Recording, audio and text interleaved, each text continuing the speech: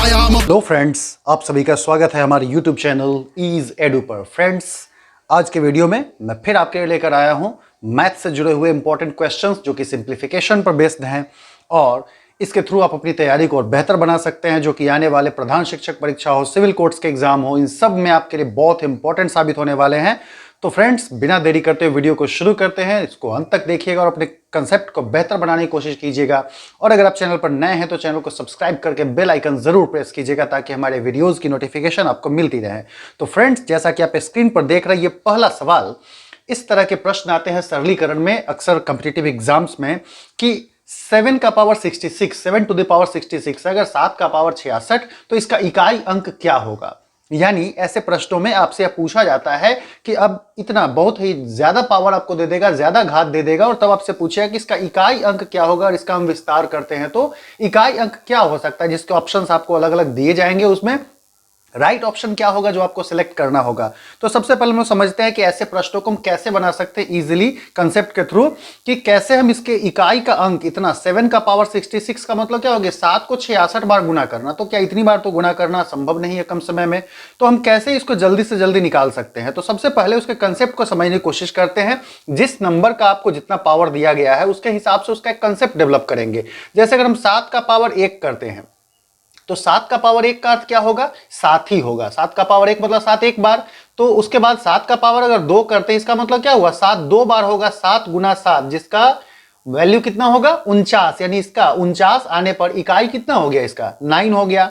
अगर हम 7 का पावर 3 कर लेते हैं तो इसका मतलब क्या होगा, 7 गुना 7 गुना 7, 7 को 3 बार गुना करेंगे तो कितना आ जाएगा 343। यानी इसका इकाई अंक क्या होगा, 3 आ जाएगा। फिर उसी तरह से 7 का पावर 4 जब करेंगे तब इसी से आप समझ सकते हैं कि यहां इकाई अंक कितना आ रहा है, 3।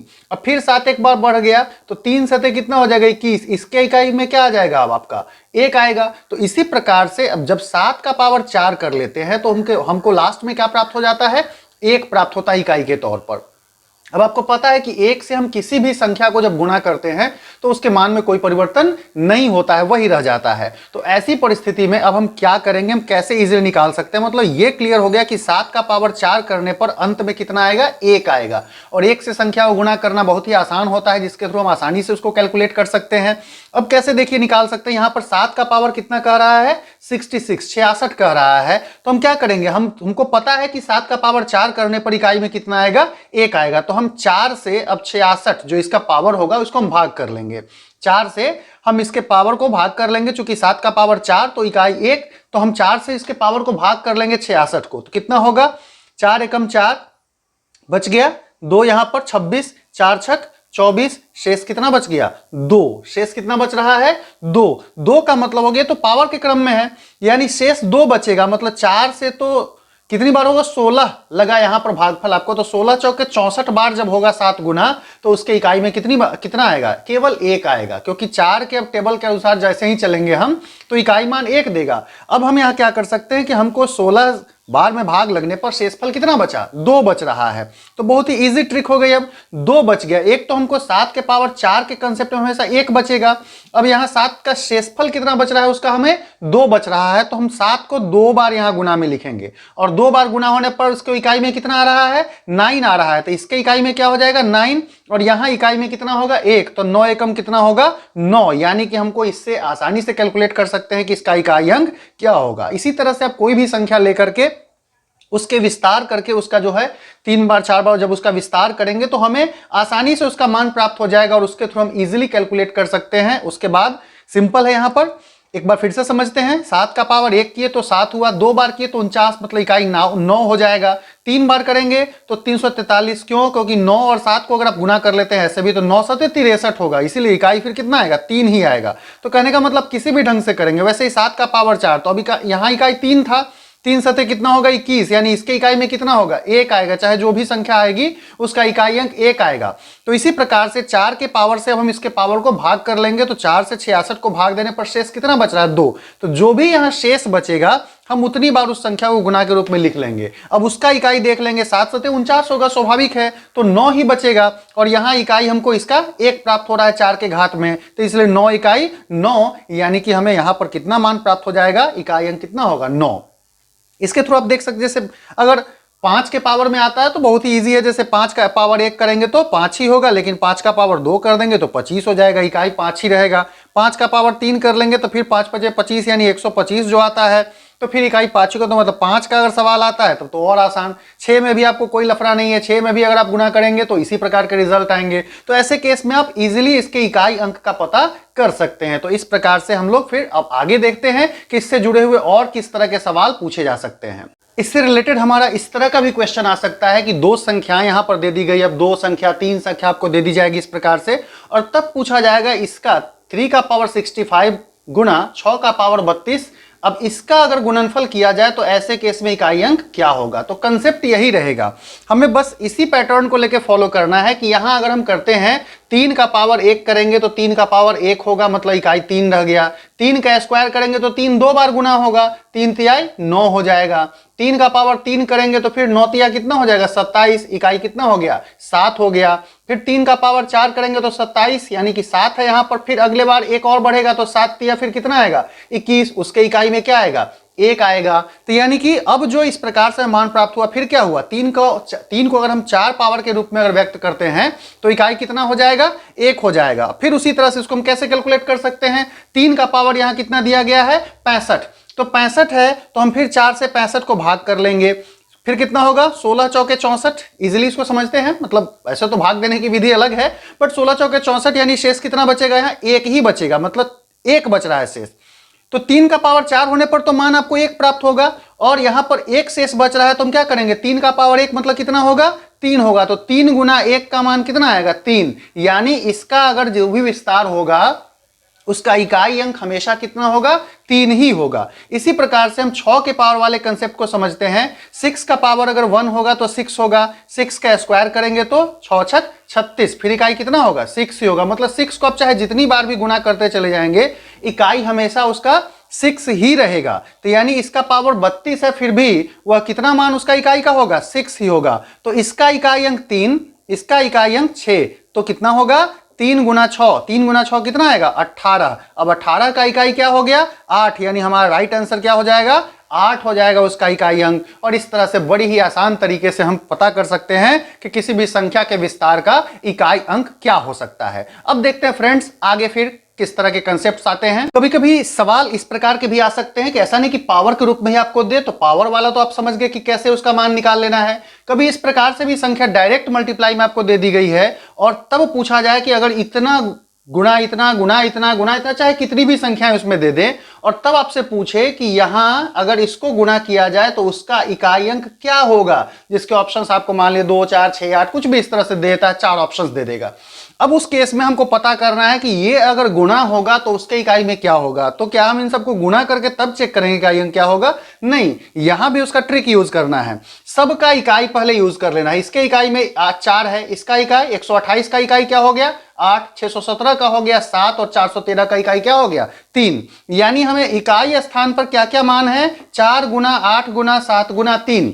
अब यहां पर फिर गुना कर लेंगे, 4 8 कितना हो जाएगा 32, इधर 7 तिया कितना हो जाएगा 21, 2 को गुना कर लिए। अब 32 का इकाई अंक क्या होगा 2 और 21 का इकाई अंक क्या हो गया 1, तो 2 को फिर 1 से गुना कीजिए क्या आएगा 2, यानी चाहे इसका विस्तार जो भी होगा इसका इकाई अंक कितना होगा 2। तो इस प्रकार से कोई भी कंसेप्ट अगर आता है आपको किसी भी तरह से, चाहे वो गुणा में हो पावर के रूप में हो, और उससे आपको इकाई अंक निकालने संबंधित प्रश्न आता है, तो आप बड़ी ही आसान टेक्निक का इस्तेमाल करके आप यहां पर उसका मान निकाल सकते हैं। सिर्फ हमको इकाई अंक पकड़ लेना है उसका संख्या का, और इकाई अंक पकड़ने के बाद हमने उस दो संख्या गुणा कर लिया, तो 4 8 32, फिर इसका इकाई 2 और 7 21, फिर इसका इकाई 1, 2 और 1 का गुणनफल कितना होगा 2 हो जाएगा। और इस तरह से बड़ी ही आसान ट्रिक से हम इसका वैल्यू पता कर सकते हैं कि आखिर इसके विस्तार में इकाई अंक क्या होगा। अब देखते हैं आगे फिर अगले पैटर्न को।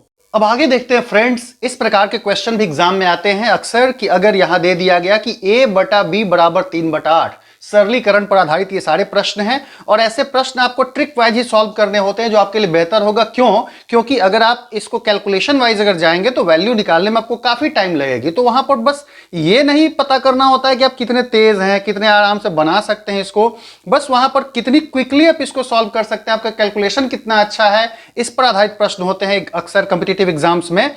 तो अगर इस प्रकार का प्रश्न आता है सरलीकरण में कि अगर a बाई बी का वैल्यू 3/8 दिया गया है और हमें पता करना है कि 3b - minus 2a by 3b plus 2a का मान क्या होगा। तो हम कैसे इसको इजीली कैलकुलेट कर सकते हैं इस मान के थ्रू, अब वो समझते हैं। यहां पर जब इस प्रकार से डिवाइड में मान दिया गया है, यहां क्या दिया गया है value, a by B is equal to 3/8। तो सबसे पहले हम क्या करेंगे, यहां पर इसको क्रॉस मल्टीप्लाई करेंगे। सबसे पहले क्या करेंगे, क्रॉस मल्टीप्लाई करेंगे यहां पर, यानी कि a किस में गुणा होगा, 8 में। तो a में 8 से गुणा होगा तो वैल्यू क्या आएगा, 8a इक्वल हो जाएगा इधर से b किस में गुणा होगा, 3 में। तो इस प्रकार से 3 और b का गुणनफल क्या होगा, 3b। तो इस प्रकार से मेरा रिजल्ट क्या आया, 8a is equal to 3b। मतलब 8a कहे तब 3b कहे तब, बीच में कौन सा साइन है, इक्वल है। मतलब ये 8a का वैल्यू 3b के बराबर होगा, या फिर आप कह सकते हैं 3b का वैल्यू 8a के बराबर होगा। अब देखिए इसी से जुड़े हुए सवाल कंसेप्ट वाइज आते हैं। अब अगर यहां पर प्रश्न इस प्रकार से है आपका कि 3b माइनस 2a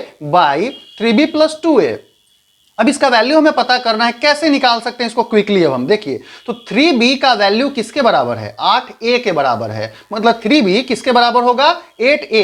तो 3b के बदले हम यहां पर यहां 3b है, 3b के बदले हम क्या पुट कर देंगे, 8a माइनस क्या हो गया, 2a। 3b के बदले जो उसका वैल्यू था 8a, 3b के बदले हमने रख दिया 8a माइनस 2a। जब आप इसका कैलकुलेशन करने लगेंगे तो आप इजीली समझ जाएंगे कि 8a होगा 3b होगा, चलो 3b 8a रख देना है, तो बहुत ही आसान तरीके से आप निकाल सकते हैं। अब यहां पर फिर बाई में क्या है, 3b के बदले आप क्या पुट करेंगे, 8a, और प्लस में क्या हो जाएगा, 2a। अब देखते हैं यहां पर 8a minus 2a, 8a minus 2a का वैल्यू क्या हो जाएगा, 6a, और 8a प्लस 2a, 8 और 2 कितना हो जाएगा, 10a। तो a तो यहां कैंसिल हो गया, 6/10, 6/10 का वैल्यू सिंप्लीफाई कर लेंगे, 2 से दोनों संख्याएं कट सकती हैं, तो 2 तिहाई 6 और 2 पचे 10, यानी कितना आएगा वैल्यू, 3/5। यानी इसका वैल्यू हम इजीली कैसे कैलकुलेट कर सकते हैं, 3/5 इसका राइट आंसर होगा।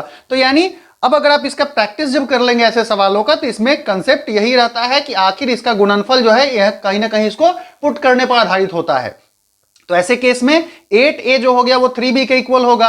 अब 3b के बदले हम 8a पुट कर लेंगे, बहुत ही जल्दी आप इसको निकाल सकते हैं। तो 3b और इधर से 8a हो रहा है, तो कहने का मतलब अब जब आप इसको प्रैक्टिस कर लेंगे तो फटाफट आप इसका कैलकुलेशन कर सकते हैं कि अगर 3b के बदले 8a रखें तो 8a माइनस 2a मतलब हो गया भाई 6a, चलो भाई, और 8a प्लस 2a मतलब क्या हो जाएगा, 10a, यानी 6/10 आएगा। चूंकि a तो कैंसिल ही होना है, अब चाहे a हो b हो जो भी हो तो कैंसिल हो जाएगा, सेम वहां पर टर्म होगा। तो अब इसका वैल्यू जो सिंप्लीफाई करने पर आएगा फाइनल, वही हमारा राइट आंसर होगा। अब देखते हैं आगे फिर किस तरह के प्रश्न आते हैं, उनको हम लोग अब समझने की कोशिश करते हैं। तो फ्रेंड्स अगले कंसेप्ट को ध्यान देते हैं। अब इस प्रकार के भी क्वेश्चन सरलीकरण पर आते हैं कि जैसे यहां सवाल पूछा जा रहा है, प्रथम 40 प्राकृत संख्याओं का योग क्या होगा। यानी कि प्राकृत संख्या आपको पता है, गिनती की सभी संख्याएं 1 से लेकर के अनंत तक जो भी संख्याएं होती हैं, इसमें जीरो को शामिल नहीं करना। अगर हम जीरो को शामिल कर देंगे तो ये पूर्ण संख्याएं कही जाती हैं। जीरो से लेकर के 0, 1, 2, 3 और गिनती की जो अनंत संख्याएं होती हैं अनगिनत, वो सभी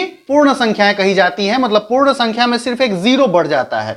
प्राकृत संख्या का मतलब ये संख्याएं कहां से शुरू होती हैं, 1 से। तो 1 से लेकर के गिनती की जो अनंत संख्याएं हैं इन्हें हम प्राकृत संख्या कहते हैं। तो प्रथम 40 मतलब प्रथम 40 कहने का मतलब क्या हो गया, 1 से लेकर के 40 तक के अगर संख्याएं दी गई हैं तो उनका योग क्या होगा। ऐसे केस में हम कैसे, अब क्या हम 1 से लेकर के 40 तक की संख्याओं को जोड़ेंगे, तो आप समझ सकते हैं कि जोड़ने में हमें कितना टाइम लग जाएगा। 5, 6, 7, 8, 9, 10 में करते हुए कहां तक जोड़ना होगा, 40 तक की संख्याओं को जोड़ना पड़ेगा। तो ऐसे केस में इसका भी एक ट्रिक है जिसके थ्रू आप इसको आसानी से कैलकुलेट कर सकते हैं कि यहां से वहां तक की प्राकृत संख्याओं का योग क्या होगा। इसके लिए ट्रिक क्या होता है, इसके लिए आपको एक फॉर्मूला याद कर लेना है, n इंटू एन प्लस 1/2। हमें क्या करना है, n इंटू एन प्लस 1/2, यानी कि n का मतलब क्या हो गया, यहां पर n मींस ये जितनी संख्याएं प्राकृत, प्रथम प्राकृत संख्याएं, जितनी संख्याओं का हमें योग निकालना है उतनी ही संख्या, n का मान हो गया वही। यानी जैसे यहां 40 प्राकृत संख्याओं का योग निकालना है तो हमारे लिए इस प्रश्न में n का वैल्यू क्या होगा, 40 हो जाएगा। अब इन प्रथम 40 प्राकृत संख्याओं का हमें योग प्राप्त करना है, तो हम कैसे इस पर सेट करके इजिली कैलकुलेट कर सकते हैं। सो देखिए, n का मतलब हो गया यहां पर 40 और फिर इंटू n प्लस 1, यानी कि हमें 40 प्लस 1 करना है बाई 2।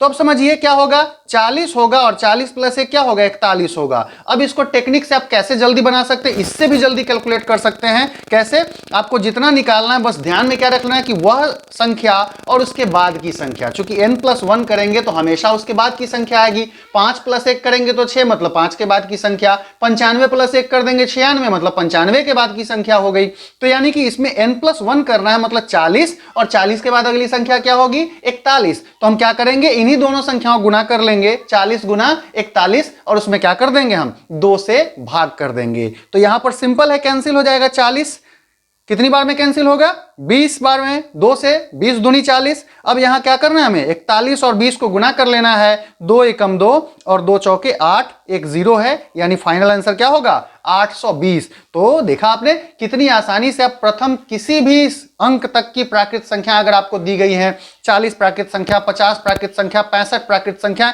कितनी भी संख्याएं हो तो आप आसानी से उसको कैलकुलेट करके चुटकियों में उसका आंसर बता सकते हैं कि इसका फाइनल रिजल्ट क्या होगा। जैसे मान लीजिए कि अगर हमें निकालना है कि प्रथम 65 प्राकृत संख्या का योग क्या होगा बताइए, तो आप क्या करेंगे, 65, 65 के बाद अगला हो गया 66 डिवाइडेड बाई 2। अब यहां पर 2 से ये कैंसिल हो जाएगा, 33, 33 में 65 से गुना कर लेंगे फटाक से, जो आएगा वही हमारा राइट आंसर हो जाएगा। तो इस तरीके से आप आसानी से हल कर सकते हैं कि आखिर प्रथम किसी भी दी गई संख्याओं का योगफल क्या होगा। इस पैटर्न से जुड़ा हुआ एक और कंसेप्ट समझने की हम लोग कोशिश करते हैं। इसी पैटर्न से जुड़ा हुआ इस प्रकार का भी सवाल आ सकता है कि 61 से 100 तक की प्राकृत संख्याओं का योग क्या होगा। तो अब यहां तो शुरू से नहीं दिया, नहीं कह रहा है कि प्रथम प्राकृत संख्या 100 तक है उनका योग क्या होगा। तो हम क्या करेंगे, क्या अब हमें 61 से 100 तक जोड़ना पड़ेगा, नहीं, यहां भी हम ट्रिक से निकाल सकते हैं। सबसे पहले हम क्या करेंगे, इसमें 61 से 100 तक जाना है तो हमें यह देखना है कि 100 तक की संख्या का योग क्या होगा। सबसे पहले ये निकाल लेंगे। तो 100 तक की संख्या का योग निकालना है तो क्या करेंगे, 100 और 100 के बाद क्या होता है 101/2। तो यहां पर इसको कैंसिल कर लेंगे, कितना आएगा 50। अब 5 से गुना कर लेंगे, 5 इकाई 5, 0 फिर 5 इकाई 5 मतलब कितना आएगा इसका योग। 100 तक की संख्या को और जोड़ते हम तो कितना आता, 5050। लेकिन यहां कह रहा है कि 61 से मतलब हमको 60 तक की संख्या को काउंट नहीं करना है। 60 तक की संख्या प्रथम प्राकृत संख्याओं के योग के लिए आपने समझा कि यह ट्रिक होता है।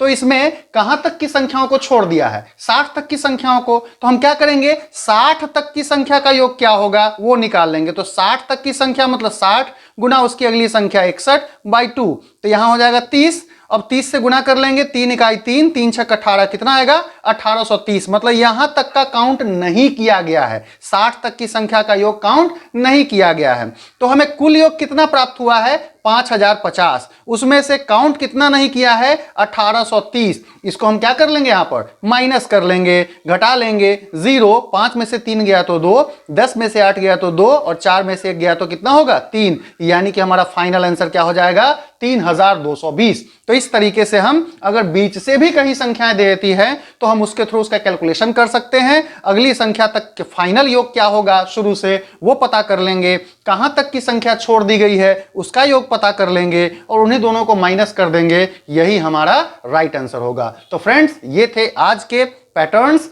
उम्मीद है आपको ये वीडियो पसंद आएगा। फिर मिलते हैं अगले वीडियो में अगले कंसेप्ट के साथ। Till then, bye bye.